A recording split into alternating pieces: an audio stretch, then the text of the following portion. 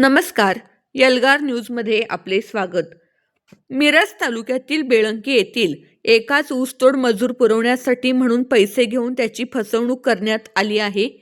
या प्रकरणी सदर व्यक्तीने पोलिसात फिर्याद दिली असून मिरज ग्रामीण पोलिसांनी एका विरुद्ध गुन्हा दाखल केला आहे.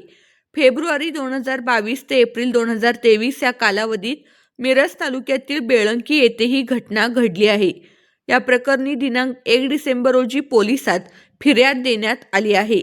संभाजी वसंत रणदिवे वय 48 राहणार बेळंकी तालुका मिरज यांनी पोलिसात फिर्याद दिली आहे.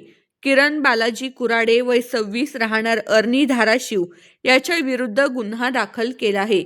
सुमारे 11,07,000 रुपयांची फसवणूक झाल्याची नोंद पोलिसात झाली आहे. पोलिसात दिलेल्या फिर्यादीत म्हटले आहे की किरण कुराडे याने संभाजी रणदिवे यांना ऊस तोडणीच्या कामासाठी मजूर पुरवतो असे आश्वासन दिले. रणदिवे यांच्याकडून रोख व ऑनलाईन स्वरूपात 11,07,000 रुपये घेतले. मात्र रणदिवे यांना कामगार पुरवले नाहीत.